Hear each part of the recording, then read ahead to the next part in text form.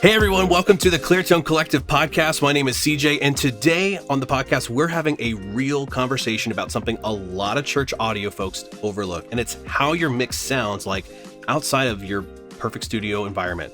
Whether your congregation's watching live on Sunday from the couch or catching the replay later in the week, most of them are hearing it on their own tablets or phones and devices that really don't reproduce the audio that we're so used to hearing in our nice environment. So today we're going to talk about how you can make your mix translate, the pros and cons to using some different DAWs as well in broadcast, and we've even got a couple myths of audio that we're going to bust along the way.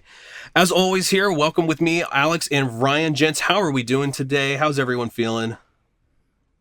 Great. Fantastic. Doing awesome. Good. What's kind of going on in your parts of the world? Alex, what have you been up to the last few weeks? Working on finalizing some contract stuff for a big church in the area that I do some work for student ministry stuff. And last night I was out with Michael Mayo. If y'all know anything in the jazz world, I guess he's a really big up-and-coming guy, but he does some...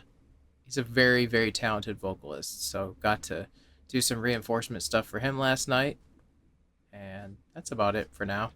Nice. Ryan, what have you been up to? I know you had a busy month last month with a studio gig. Anything else been kind of going on beyond that? Yeah, I'm back on the daily mix grind over here. Nice. Been working with a lot of cool artists, and actually one that I'm really excited for, there's a local band out here, they've got like a pop punk sound and gonna be doing their next demo. That's gonna be, well, not, hopefully it's not, we're not gonna call it a demo, but that should be releasing in October. So excited to be working on that. Nice. That's fantastic. Yeah. I'll be some pop punk. Oh dude. Yeah. I grew up on pop punk. I mean, come on. I think we're all kind of from... the only thing I think I'm a little like, oh man, I wish you guys did something different. They sent me the stems with it's all Get Good Drums for the drums instead of their actual drummer playing. Oh. So I kind of wish that they'd be down to come to the studio and track the drums, but it's okay. I'll make it sound awesome. I mean, Get Good's great, but there's nothing like having the real stuff. There's just not. Oh yeah. Well, and it helps too when you've got connection to some of the studios you've got over there in the Bay Area that have some great sounding rooms and great sounding drum kits. So that it does kind of make you go, come on, we can do better.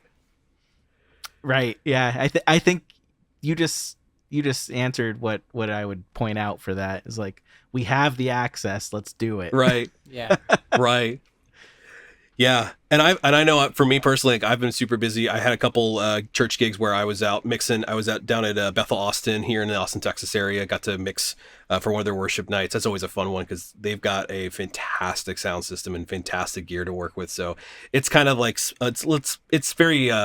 it's very much like walking into a candy shop. You kind of just get whatever you want and you can make it sound great. So, and it helps too when you're in like a city like Austin where there's such amazingly talented musicians here. So it makes it for a lot of fun. And then the next day I got to go to a small church that had a little Persona Studio Live. So it was just like, okay, this is a nice switch from working on Digicos to Personas. It's like, all right, yep, there's something for everybody. You got to just, take with what you get and work with it. But it's good because it's a nice challenge because like you get to work with really nice gear and then you go, okay, well, how do I make gear that's not as expensive as nice sound great? It's a good challenge to have every now and then. Absolutely. All right. Well, gents, let's jump into our first topic here. So what we're going to talk about first here is the reality that most of our listeners who are probably even listening to this podcast the same way is listening to on their phones, either whether it's AirPods or maybe even just the speaker on it. A lot of people are listening to broadcast from church or live stream from church on devices that really don't have the best sound. So let's talk about, what does it mean for us as engineers to consider that aspect of mixing when it comes to knowing that not always are our audience going to listen to ideal devices for playback. I know that a lot of times we kind of get lost in what we have at our studios where we get to listen to on really great speakers. We know what they're supposed to sound like. We know how full things can get. But at the end of the day, a lot of times the mixes that we're putting out there aren't being listened to on the greatest devices. So, Ryan, why don't you start first? Kind of tell me what is kind of your thought process behind mixing when it comes to keeping in mind how that mix is going to translate amongst a multitude of devices. Yeah, and I think if we're going to talk about phones in particular or anything with a tiny little speaker, I always like to keep in mind, okay, how do we make sure the bass translates, and how do we make sure that the top end doesn't obliterate people's ears? Right. Because they're going to get a lot of that. And some of the things that I like to focus on, obviously, are transients, anything to boost harmonics, especially in the low end, since our brains actually perceive the low end when the harmonics are boosted. So it's a really good tip for anybody that is just entering this domain. If you add some type of saturation or distortion, not like super heavy distortion where you're compressing the signal, but just enough to make it a little hot, a little warm. Typically that'll help it translate better on smaller speakers. Yeah, I mean, and those are some of the things that I'm looking for. Right. I mean, yeah, because a lot of times I think you brought up the whole point of like how harmonics really play a big part of it, especially when it comes to low end. Because like, yeah, the low end itself, I mean, no one's able to hear, 40, 50, 60 hertz on a small speaker, but we can hear the harmonics that are produced from it. And so if we can enhance those, that definitely is going to help with that. But what about like when it comes to the high end? Like I think you had mentioned at some point, like how the high end, you don't want to obliterate people's ears. So how do you go about approaching that side of things? Absolutely. Yeah, because the high end on those tiny speakers could be really harsh at times. I like to make sure that, I prefer a dynamic EQ or a multiband for this, but really anything above that 10K, even 8K when it comes to cymbals, just tame it. Just make sure it's tame, because a lot of that sound is not a root note anyways that you're hearing in music. A lot of that sound is the room itself. So I think it's really important for people to keep that in mind too, that like, yeah, you could go boost and do the little smiley curve EQ and stuff, but that's not really going to help for the people with the bad speakers or small speakers, whatever you want to call it. It is going to make it worse for their experience. And, not everybody has those old desktop speakers that we all used to have back in the day. And not everyone's got a monitor set up. Not everyone's got in-ears. Just pull out an iPhone, and that's probably what a lot of people are going to listen off of. Yeah, and I know there's like a lot of tools out there that like will let you kind of preview what that could sound like in your own on your speakers or whatnot, but sometimes it's just better just to pull out the exact device that you've got that can actually let you hear it. Absolutely. Yeah, and I do know that there are tools that we could use along with the DAWs and stuff for that, but at the end of the day, I think even if you're, let's say you're mixing on a laptop, sometimes it's best to turn off your monitors and hear what the actual laptop speakers sound like, because chances are it's going to sound pretty similar to that. Right. Yeah. I mean, if you've got the tool there to listen to it exactly how someone else is going to hear it, why not listen to it that way, right? Yeah. And in fact, whenever I do our broadcast mixes, I switch between monitors, headphones, and I am using one of the worst sounding laptop speakers I've ever heard in my life. And no, I'm not even kidding. And whenever I switch to that, if it sounds good on there, I'm like, all right, I did a pretty good job. kind of your laptop version of the NS10. Absolutely. Yeah. Absolutely. Well, I mean, at its core, and you can correct me if I'm off base, Ryan, but like at its core, the idea behind mastering is to make it sound good on as many platforms as possible, right? So absolutely, you're disservicing yourself if you only listen on one pair of monitors. Whether you have multiple pairs of monitors or a couple things that you trust with modeling, or like you're doing headphones and something else. Like I have an Avitone cube that I sum to mono to check things on. Like I think you're really doing yourself a disservice if you're only listening on one thing. And hot take, those are the worst speakers I've ever heard in my life. What, Avitones? Yeah. I know they're terrible, but I know if it sounds decent on it that I did good. Well, and they were designed I guess. They were designed to be like a really poor car stereo. The best worst speaker. Right? That's like how everyone describes. Yeah, the best worst speaker. That's like their tagline, kind of unofficially. The unofficial. But, like, it really is. It really is.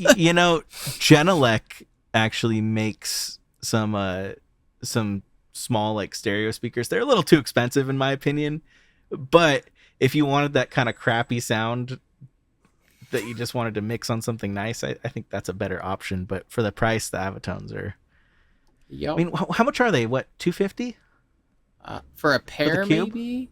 What? That's for the pair? I don't know for sure. It's been a while. I only have one right now because I just was mono checking. Like I used to check, like bass and kick drum levels. So I find that thing is like the perfect size that it can reproduce the frequencies, but it struggles a little bit. So it kind of mimics the phone. Not a lot of low end there. Helps me get that balance of those. I was looking at getting a pair, and then I discovered that they have since released their version of. Was it the NS1s that Yamaha made that everybody liked? The NS10. They have a version that's... Yes. They have the NS10s. Yeah. They have a version of a box that's supposed to be similar to that I had been kind of looking into. Isn't that the one they did in collaboration with CLA, with Chris Lord Algae? With Chris Lord Algae? Yeah.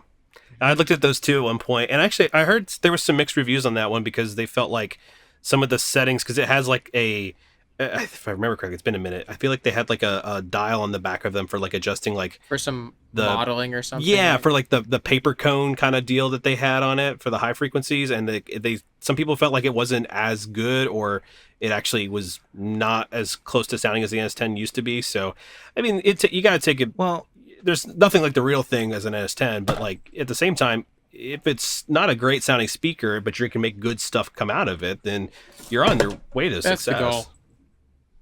Yep. I think the debate there for a lot of people though also has to do with the fact that they are powered. Mm-hmm. Which ones? The Avatone, the CLA10s. Well, they have a powered and unpowered version. I was gonna say mine is a passive external power supply. Yeah, but they do make a matched pair amp for it. Yes. I see. Because I saw a lot of people complaining about the ones that were already powered. The self-powered ones, yeah. Oh. Yeah. Yeah, mine's got a big old block on the floor that plugs in. Oh, wait, you actually have them. I have one. I just have the one. The Oritone. Yeah. The cube. There's a big old like power, you have the mix cube. You don't have Correct. the I don't have the newer ones. Yeah, I have an old mix cube, but it is passive. Okay, yeah, because the CLA10s I didn't know were passive. They have two models. They have a CLA10 passive where you can pair it with your own amp, or the one that they made for it and released with it, or you can get the self-powered version. At least that was when I last saw it. It's been a minute. Yeah, I think that's correct because I remember noticing that when I was researching it. Well, yeah, okay, you guys are right. They do have a passive one. So on the topic of the NS10, so I think this is a really great transition to kind of talk about mindset here, in terms of what was the NS10 really good at, and that was helping everyone focus on the mid-range, because honestly, that is where most of the mix sits. That's where most of the decisions need to be made. Like you can boost bass and cut bass as much as you want, same with the high end, but if your mid-range is not doing anything, then you've lost all the magic of your mix. And I think we can all agree that like if that's not taken care of first, everything else is a moot point. Like it doesn't matter how nice your air is on your vocals or how thick your kick drum sounds or your bass guitar. Like the mid range is where it's at.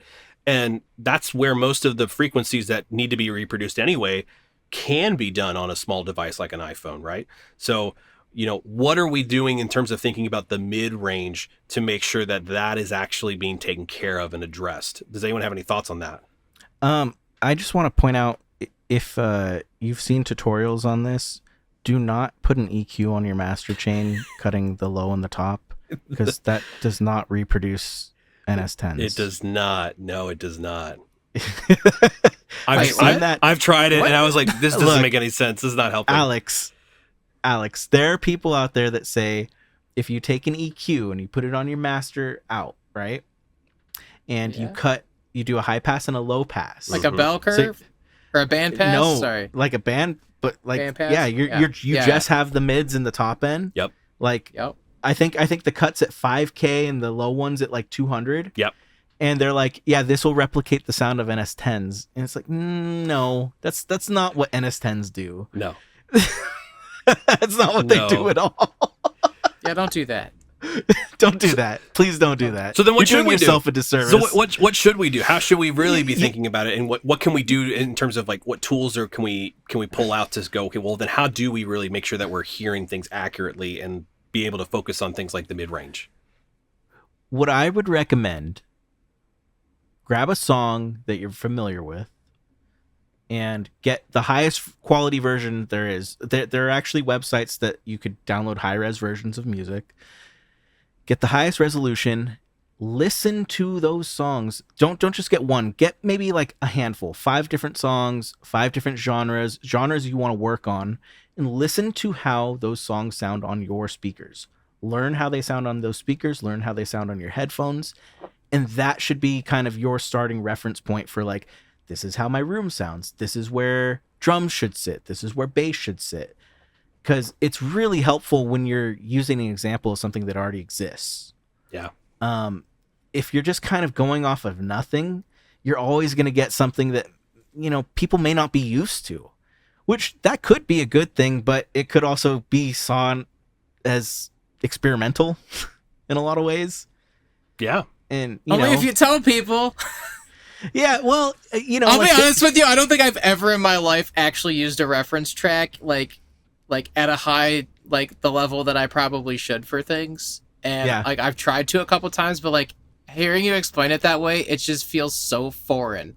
But I understand the why at the same time. Like I'm like, my mind is like breaking right now.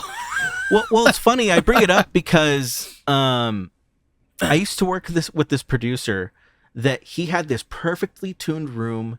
He had some amazing reference monitors. His whole setup was like a dream setup to have. And every time he sent me mixes, I'd be mixing them either on NS10s or JBL Mark IIIs. Okay. And I would check them also with the Slate headphones as well. And when I would send him back his mixes, he's like, how are you getting this sound in this untreated bedroom with these speakers that are way cheaper than mine? They're not even tuned. And the answer every time was, I just understand how these speakers sound. Yeah. Yeah. It has nothing to do with the fact that like I don't have a pair of barefoots or anything. Yeah. I wish I had a pair of barefoots, and I wish I had a tuned room, but I'm also renting a condo. So I can't really just turn my bedroom into a studio. Can't neoprene the walls and all that. Yeah, it would be great to do that, but at the same time, it's not everyone's reality, and those are, the majority of the people, and that's who I'm trying to speak to on that. Like, learn your setup. Don't worry so much about getting the best monitors, the best microphones, the best interface. And actually, if you do want to spend money, it's probably better to spend money on treating your room if you're able to. 100%. 100%. Or mitigating like stage noise and excessive bleed, right? Depending on, treat the room in a live context can mean a little bit of different things, but same context. Yeah, so if we're stepping away from the mixing broadcast portion of this and we're talking about the actual capture point, absolutely. If you're able to mitigate any soundstage, that I mean, you're getting closer to a studio world in that sense. Yeah. I mean, there's some great churches out there that have done that. Probably the first one I think is on the tip of everyone's tongue would be Bethel up in Redding, California. Like when they started really doing broadcasts for real and everyone started picking up on what they were doing, they started noticing, wow, you've treated not just your room, but the stage. I mean, so they're in for anyone who hasn't seen their stage, it's literally so the room is a gymnasium. It's a carpeted gymnasium that they've treated the whole space. And then it's got the classic like high school gymnasium cutout stage where it's just a cutout in the wall and they've put a stage in there. And then they've treated that entire cavern, if you will, from top to sides to back with what is it, rock wool. And it's like super dead compared to what you would normally see in most churches, but it does wonders for their capture because everything is so much more isolated. I mean, they're able to do very little post-production work on their stuff because they're able to get such good, clean capture of everything. That's not to say they don't ever do post-production work. I mean, everyone has to for some point. Things just don't always go perfect live, but the fact that they're able to do that and you can hear that on their broadcast every weekend, it's unreal versus some other places where they don't have any treatment in there. And you're like, wow, they've got all this amazing gear. They've got the right mics. They got the right gear for it all, but it doesn't sound as good because the room's not been treated and they can't isolate things like you could in a studio or at a space that has been treated. Back to the whole conversation though about treating the studio space. I want to say this, I can attest to how important treating that is just because we were talking about how, well, Ryan was talking about how he was not really ever doing anything with high quality gear, but yet he was able to get these great mixes with his, with his setup. I've personally been rocking a pair of KRKs, like the DJ Special, the EDM bedroom mixer special speakers for years. Not that I don't want to upgrade, I absolutely do, but I've learned how these things sound. I've gotten a little bit further and tuned them with some tuning software to help them not overhype things like they are known to do. But the moment I installed a cloud above my head of sound treatment and some treatment on the sidewalls to hit those reflections, I suddenly had a totally different sounding mix on my speakers. And I didn't change anything other than that. And I was like, what is this? Like, I'm not hearing things that I normally heard all of a sudden, and I didn't change anything in the mix. I just changed my room.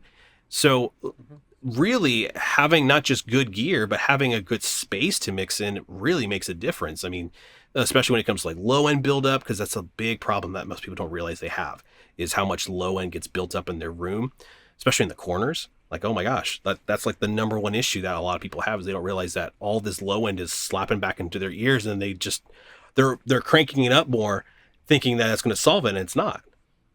It's really, really wild. I mean, honestly, I could send you some pictures to attach to the poster if you want or something, but like 90% outside. So I have some GIK panels that I won from like a magazine entry thing, right? I have 3 of them. Other than those, everything I'm treating in my room with is just like dumb Amazon foam. I've got 3 over here. There's 3 behind this monkey. And then the corners of the mix position have like triangle bass trap wedges. And like you see, Jay, I have 2 things of foam above the mix position. And is it as good as the pro stuff? Probably not. There's probably still reflections coming from it. But I remember, like you, when I put the cloud up and I'm like, whoa. I was like, and I probably spent maybe $20 on that. Like, I find the cloud to be pretty underrated. Like, people really don't realize how powerful having a cloud in your space is, because of, especially when you have set up, like, I don't know about yours, but like mine, my speakers are literally mounted to my desk. And so I've got sound hitting the desk and then coming up and hitting my ceiling. So like having that cloud to capture that has been a massive difference. I've got monitors blocking part of my speakers. Probably I need to get that fixed, but yeah, no, there is a huge difference when I set that up. And I'm fortunate that like every wall of this room is a different size. That does not happen by default very much. Now granted, the air handler is right above me, but like, and I think in terms of, I was gonna say, and I think most people are gonna be in the same boat that we all are in, is that when no one's ever got the perfect space, unless you happen to have the budget and a clean slate to work with, and you happen to be able to hire an integrator who can set you up right, you're probably not in an ideal situation to monitor things, and you just have to make work with what you got, which means you got to understand what your speakers sound like and what they're supposed to, what you're trying to get them to sound like with your own mix compared to what you've referenced from everybody else. Just from experience this last weekend, I want to shout out Purified Audio for the LED compressor, because I have that on pretty much every bus at the moment. And when it came to the vocal bus, and certain people supposed to be lead but they weren't, or maybe somebody else joined in and they were clearly a lead, and that plugin has helped me just have everyone super level to the point where like you kind of don't really need to interfere too much. And you maybe just turn the knob up just a little bit and everyone's already sitting where they should, which gotta say that I mean, blending a distressor with some saturators, that is a genius idea. And that's one of my go-to compressors anyways in the real world of mixing. So really helpful tool for anyone.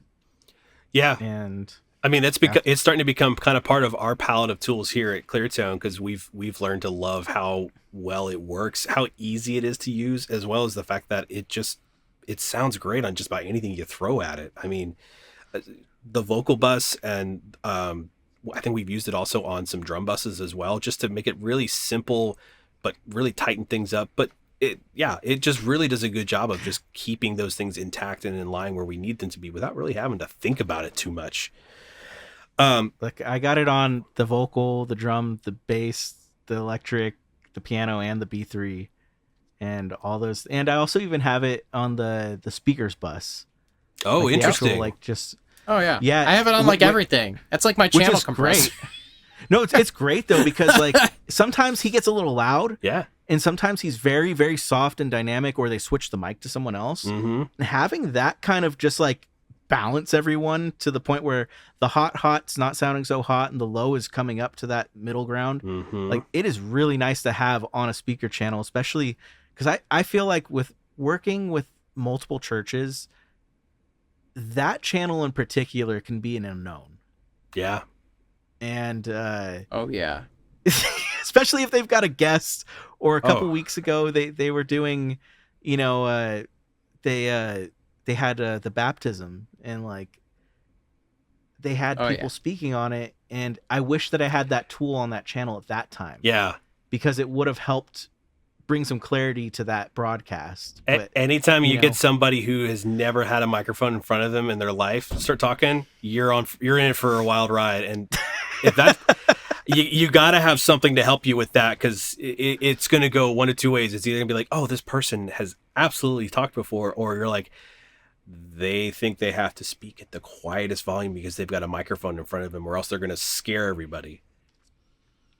Yeah, and unfortunately, if your front of house doesn't have a lot of experience, they might turn up the gain, cause some feedback, cause some high end that's really harsh going on, and that's a common thing, unfortunately. Yeah, I mean, and that brings up a unique thing that we have with how we run broadcasts here at Cleartone for the majority of our clients is that, we're feeding off of the front of house console, so we get to make our own mix, but we are still at the mercy of whatever gain structure we're handed from front of house. And that does mean that they need to still be on their game when it comes to making sure like vocal mics, specifically speaking mics, are gained appropriately per person as that mic walks around the stage. So having that LED compressor, I can imagine, because I need to experiment with it now, and you've inspired me to do this. It probably really helps alleviate that worry of like, oh crap, I'm going to totally blow everyone's ears out now, because they went from someone super quiet to someone who's just blasting the mic. Yeah, no, it's really helpful in that kind of aspect for sure. And, since we're all kind of trained in using our ears, if something doesn't sound correct or it sounds too hot, like it's really easy for us to go pull that back, and hopefully we have some type of access to that console. And if we don't, we just got to communicate that with the guys. Yep. It's a team thing at that point. You got to make sure everyone's on the same page with how everything down the line's affecting each other. So let's talk then real fast when it comes to picking these DAWs. Between all the choices out there, Studio One, Logic, Pro Tools, Reaper, Ableton Live, like if you had to pick a Desert Island DAW when it comes to broadcast specifically here to live stream audio, what's the one you're sitting on and going down the ship with? I think for me, I have a hard time choosing between Studio One and Pro Tools. Probably leaning more Pro Tools now, because as of the last year or two, I'm starting to really love Pro Tools. Studio One, I've done more time in, but I feel like Pro Tools is kind of really, I mean, it is the industry standard for a reason, I think, but I think you could still get away with Studio One. What do you guys think? Like, where would you guys sit at the end of the day? I'm a Pro Tools guy. I grew up in Pro Tools. Learned in the studio, did post-grad in a working studio. It was, mostly Pro Tools with different hardware solutions to kind of learn about the options. I will say Studio One has its place as a close second. There's a couple of limitations that get a little frustrating sometimes, mostly related to how some of the busing behaves and some things like that. But you can do some things to make Studio One look and behave very similar to Pro Tools enough that I would not blink if it's like, hey, you want to come do something for us? We have Studio One. Okay, fine. It doesn't bother me. I think Pro Tools takes the crown here, because I'm also going to say Pro Tools. Studio One definitely gets a close second for me too. My biggest complaint about Studio One is that the way the insert channels are, it's not super friendly. And for any newbie in Studio One, keep in mind they throw you a big list of presets, and if you click any of those, especially during your broadcast, it will change everything. Oh yeah. On the spot. Yeah. And there is no control Z. There is nothing to save you at that point. You are stuck with whatever you just did. Yep. Yeah. That's the last thing you want to be touching during a live mix is that right there. Yeah, maybe, you know what? Try not to add any plugins while you're mixing live. Just take that as your learning experience for, I have to fix this after. Yep. And this is what I want to do. Maybe take notes during that moment. But, I think even if you have a supercomputer, any plugin you load up could crash your session. Yep. That's just the nature of these DAWs. Even if you got the best computer ever, I wouldn't risk it till you're off broadcast. Yeah, 100%. Let me throw this question out here, and then we'll switch to our next topic here. So everyone here is on the same page that Pro Tools is king, and Pro Tools is pretty much this choice. But is there any reason that anyone could think of here why maybe Pro Tools wouldn't be a good choice? I personally would think it's probably if you're a church that's like more volunteer friendly, it's not as volunteer friendly. I would think that maybe that could be a reason maybe you don't go that route. What do you guys think? Is there any reason why you wouldn't suggest Pro Tools? The only time I would not suggest Pro Tools would be if it would be budgetary reasons. Pro Tools probably has the steepest perpetual license, which it's not a bad thing. Most people tend to do the subscription these days just to make sure you're always getting updates. So you don't have to pay for an update or any update plan or anything like that. But yeah, to that point, CJ, I mean, I feel like most DAWs have a learning curve, and I'd rather spend an extra week teaching you how to use, the real deal that, is the industry standard than, be like, oh, well, you don't know as much, so we're going to use a different program. I don't think anyone would argue with that. I don't think I would go against Pro Tools just for that. It would more be like if you're constrained within a budget, or if your end goal is like, hey, we're a church of 50 people and we just want to have it so these two sick people can watch from home. Probably not going to recommend Pro Tools. But again, for the budget reason, it just doesn't make sense to spend that much where something like Reaper could accomplish your goals. Yeah, I think that would be the same for me. Like the financials constraint, because perpetual for Pro Tools is going to start around $600. And I would also give you the fair argument that paying for a year or more of their subscription is going to cost you more than a perpetual in the long term. Yeah. So if it's just a short-term thing, sure, go with the subscription if you're only going to do this short term. But if you do see this being a long-term thing for your church, I would go perpetual. I'd save the extra money. It's about $200 a year. If you do want the updates, you don't necessarily have to have the latest and greatest to have a good running system, though. So also keep that in mind, that you don't have to keep your Pro Tools up to date. It is nice. They always add nice features, and they always do fix bugs. Yeah. That is, but it is not the most friendly to a beginner if they're going to open a blank session. So the number one thing I would recommend, and you don't have to buy the keyboard, but they have a little keyboard slip. It's about $20, $30, and it gives you all the hotkeys for Pro Tools. And you know what? They have this for every DAW. It's not just limited to Pro Tools. If you're going to go to Studio One, if you're going to go to Logic, if you're going to go to Cubase or Reaper or any of these, don't go to Reaper, but yeah, just don't do it. Don't do it. If you're going to do it, at least get the Pro Tools skin on it. Do something. Don't do Reaper. I'm going to... Cakewalk! I'm going to do Cakewalk. Yeah, listen to Alex. Go with Sony. 'Cause that's still... In fact, maybe go... what's the Adobe one that used to be... Audition? Cool Edit Pro. Audition, yeah. Yeah. For Audition, huh? But they do have these keyboard covers for your keyboard that give you all the hotkeys. And if a newbie was going into Pro Tools and didn't necessarily have somebody like me, Alex, CJ around that kind of know our way around these DAWs, I'd recommend getting those and just learn what everything does. Because once you understand the functionality, you realize how good of a tool it is. And also learning your hotkeys. Every second you shave off from having to grab a mouse and click somewhere, you're adding more time that you're worrying more about the mix, the broadcast, whatever it is in front of your face, instead of, oh, how do I get to this tool? Yeah. Mm-hmm. It's good.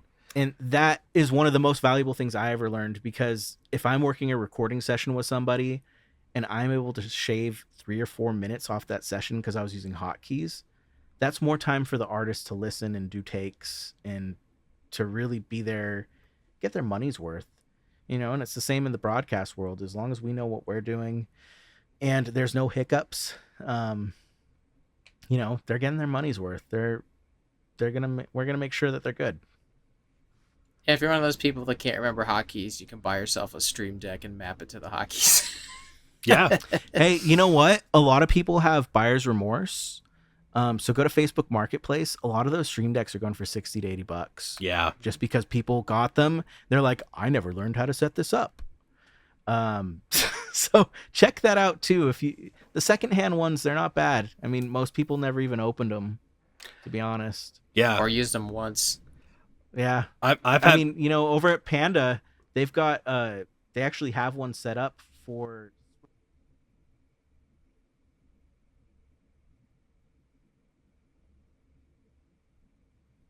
we lost your audio on the Google call. Oh, hello. There it is. Can you hear me now? Yeah, it's just like All gated all of a sudden. Over at Panda. Yeah, over at Panda. So over at Panda, no, they have a Stream Deck set up, and it controls 16 different amp heads through four different cabs.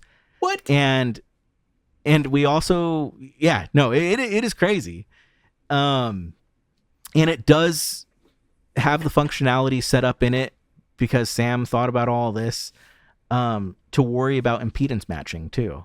Wow. Wow. So the Stream Deck lets you pick what you're plugged into, basically. It's like a matrix.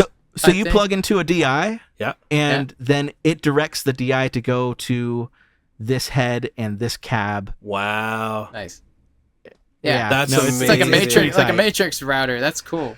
Listen, there is. I don't think there's anything a Stream Deck can't do these days, especially with like BitFocus Companion or something. It's unreal. I've had mine for a couple years. I mean, I was a tech director at a church, and I used to sometimes have weekends because it was a small church and we didn't always have a ton of volunteers. I'd have to run everything myself from front of house, and I would just have my Stream Deck on one hand and my hands on the faders on the other, and I was just doing lyrics, I was doing timers, I was doing music, everything, lights, all from a Stream Deck, and then just be able to focus on the console. Like, you can do anything with those things. They're extremely powerful. I would say even if you're not doing music, if you're not doing what we're doing, but you want to be a power user at home with your computer, get a Stream Deck. I know guys that use them for Vectorworks to run shortcuts in Vectorworks. Like, I mean, you really can do anything with them. Like the last church I was at, we had a Stream Deck at every key position with running satellite so that it's one session. And each page was a different position so that, like, if the lighting guy had to go throw up, the pro presenter guy could page over to lighting and run lighting cues until he got back, right? Same thing. It's great. Man, that's a wild Saturday night, huh? Well, hey, before we wrap up, let's talk to the lighting guy after this. Before we wrap up here, let's have a little fun here and debunk a couple myths here that I've been scouring the internet for, because I know there's a lot of them and I'm sure we've all come across them. So let's talk about a couple of these here. So the first one that I found I thought was really interesting, because I know I personally have had this thought at one point and I know how wrong it is. You can fix a bad sound source with enough plugins and make it sound great. You can make a bad sound source sound better, but you can't fix it. Yeah, I'd agree with that somewhat, Ryan. Well, yeah, I've got a couple thoughts on that. Obviously, my first thought is going to be get the best capture. Yeah. My second thought, only just because I have friends that are re-recording engineers in the industry. The fact that that's their full-time job should answer the question. for television and film. So let's say you're on one of these reality shows, right? And they hook you up with a lav and you're on a boat. Let's just say Alex over here is the yacht guy, and they've got a lav on him. There's wind blowing in the lav. There's all this stuff. You can use the RX tools to get rid of a lot of that, and then you take that signal, you re-record it into a nice preamp and compressor, and you could get it sounding pretty decent again. But there's so much restoration in that process that it's like, it's not worth it. There's so much time and money to pay guys to do that. Yeah. Get it right the first time. You know, I say all that to bring back to the first point. The capture point is the most important. Yeah. Sure, we can do things to fix it, but I will say, if you're looking for something pristine quality, even that re-recording engineer, if you go watch a show, let's just say, you know, it's like one of the housewives show and they're on a boat, right?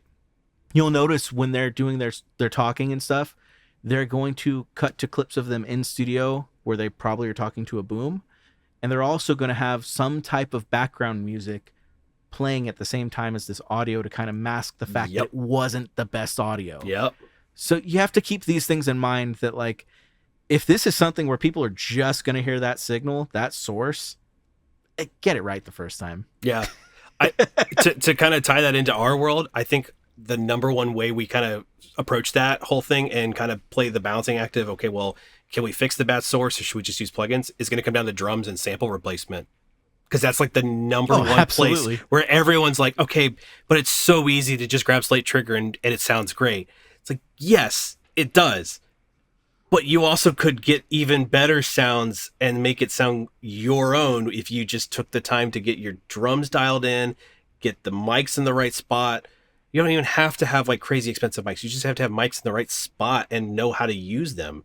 And you can get... And tune drums. Yes, and tune drums, yeah.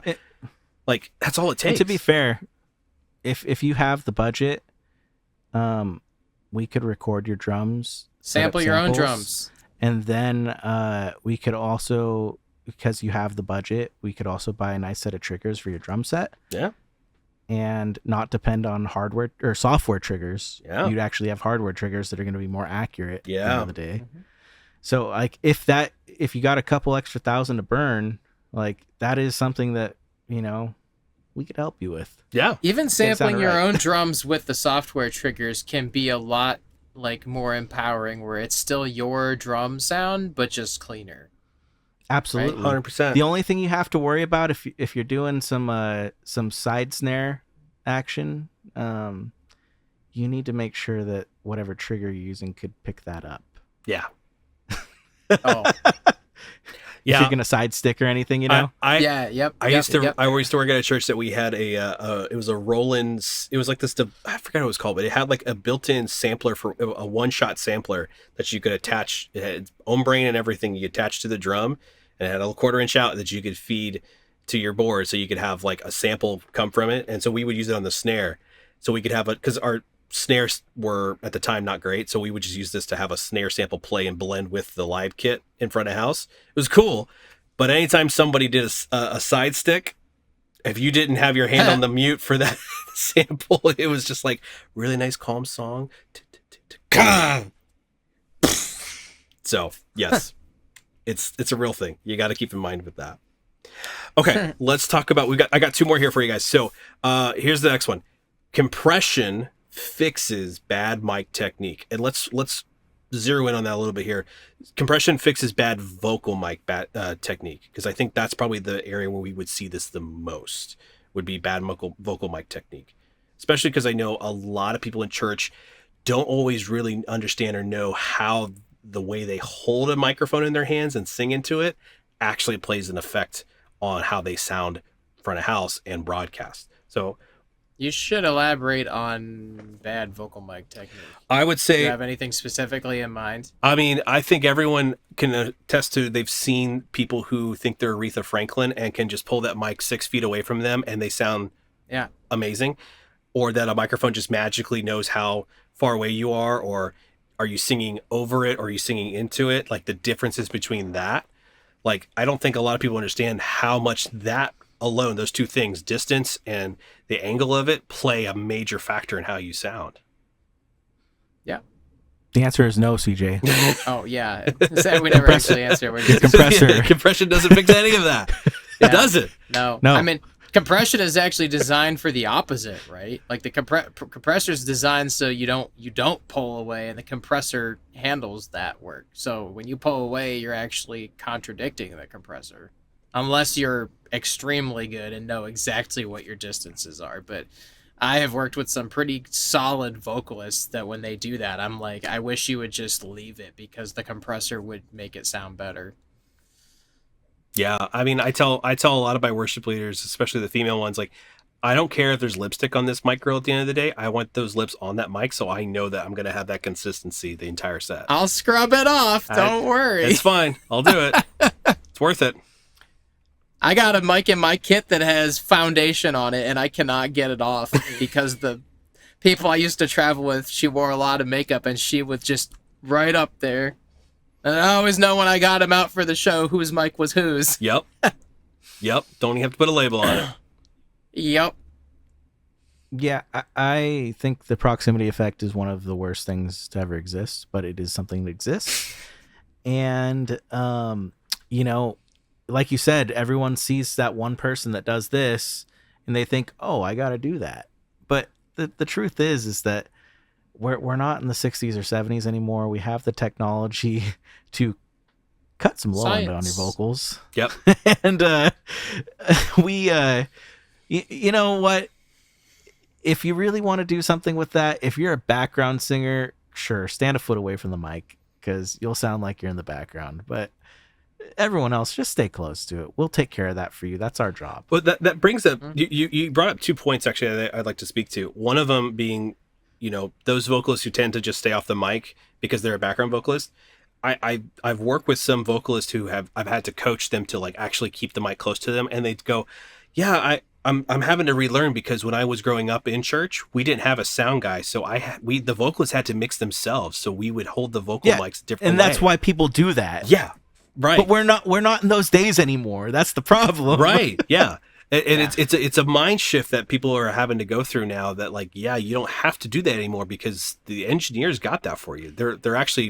They're thinking about that more than you are. But the other thing I wanted to talk about was the proximity effect that you brought up, and I thought it was funny how you said like that's like the worst thing that ever happened to microphones. Wait, there's one worse thing, Ryan. Mic cupping. Oh yeah, hey everyone, don't cup your mic. Go rewatch that Kendrick Lamar thing at the Super Bowl. Notice he is a rapper that did not cup his microphone. Yeah, and it sounded great. It did. It did. It did. And we know that those vocal mics are on. They're on, yeah. And on top of that, you know what? The one thing that nobody seems to understand, the reason why we don't take one of these microphones and we don't cup it, it has more to do with the fact that usually what's happening under these grills, there's rejection going on. Yeah. And the second you cup this rejection, you are creating feedback loops. Yep. That are going to mess everything up. You're going to mess up the gain structure. And it changes the frequency response of the microphone. It does. And you know what? Like, I don't care if you think your low mids sound better because they're boosted. They don't. They don't. They don't sound better. They don't. No. But like to your point about, or to your point talking about, you know, proximity effect, it is kind of a double-edged sword in that, you know, it's helpful because if you know how to use it and take advantage of it, you can really do some cool effects with it. You can actually use it to sound different than maybe the original intention was. But two, especially in the live sound world, it's actually probably the number one features of a microphone is that because of that proximity effect, when you put a vocal mic up close to your mouth, you are able to get more low end out of it without worrying about things like room noise and subs bleeding into it because you're so close and powerful compared to what's away from it. Because you know, when you talk out here away from a mic, you don't have that proximity effect, so your low end rolls off quickly, which you want because you don't want the other low end from other sources on stage bleeding into the mic. So if you can get close to it, you get that for yourself to a point where it can be a good amount and healthy, but then it also lets the sound guy have his choice of how much he wants or doesn't want. It leaves it in his hand to make the mixed choice, not you as the vocalist. Right. And as somebody that's a mixer, that is my preference. Give me all the juicy low end. Give me all that wonderful information so I could shape it for you. Yep. Because I'm not so much worried as like, oh, this microphone naturally has the perfect EQ curve. I'm not worried about any of that stuff. I understand that if you are right against a microphone, I get more low end and I get a fuller signal. Yep. It's the have it. That's what I want. It's the have it and not need it versus need it, not have it. Now, to that Right. point, I will say if you pick a microphone that's good for you, that sets that automatically, and it's just perfect out the gate. It is very nice. Yeah, and you know what, too? Like, one thing that not a lot of people are privy to, but I do think it needs to be said, is it's better to give anyone in our position all that information because we do have the tools to roll off the low end, versus if you give me something with no low end, no low mids, if I try to boost that, it will sound muddy in comparison to where if that information was already there.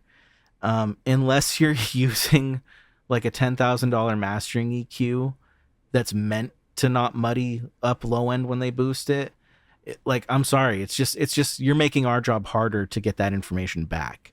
And sometimes we have to make that decision, like, okay, let's sacrifice that. We're gonna have thin sounding vocals, but they're present. Yep, 100%. All right, before we wrap this up, I've got one more quick one here. Here's the idea. You cannot blow out, or I should say overload, a digital mixer compared to the ways you could with an analog mixer. I know a lot of people love analog mixing for the fact that you can saturate it and get that great distortion tone out of it, but that's just not something you can do with digital, right? No. I mean, no. At what stage, though, I guess, right? Like, you're just talking about redlining, right? Yeah, just redlining it. Yeah, no, absolutely not. It does not sound as good. Yeah. I mean, depends on your hardware, right? Yeah. Yeah, absolutely. Like, if you're using Yeah. a $2,000 interface or less, chances are whatever capacitors are inside of that cannot handle that much of a load. And the A to D in that probably can't handle it either. Yeah. You're getting at the key, right? It's going to be, I think, like, what can your preamp handle? What can your A to D handle? And are you capturing in a way that it's even worth it, right?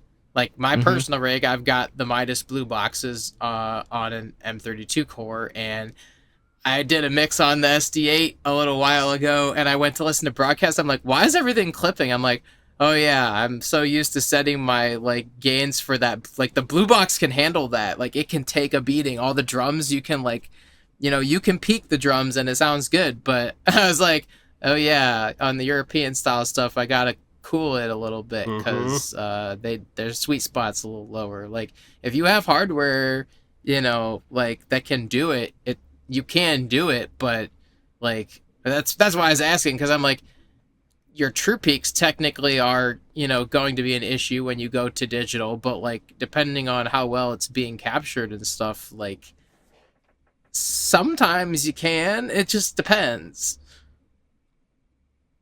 Yeah. Look, I recorded all red on an Eve Genesis when I was in school back in like 2011. And look, that thing, we took $100 bass guitar, clipped it. That sounded like butter.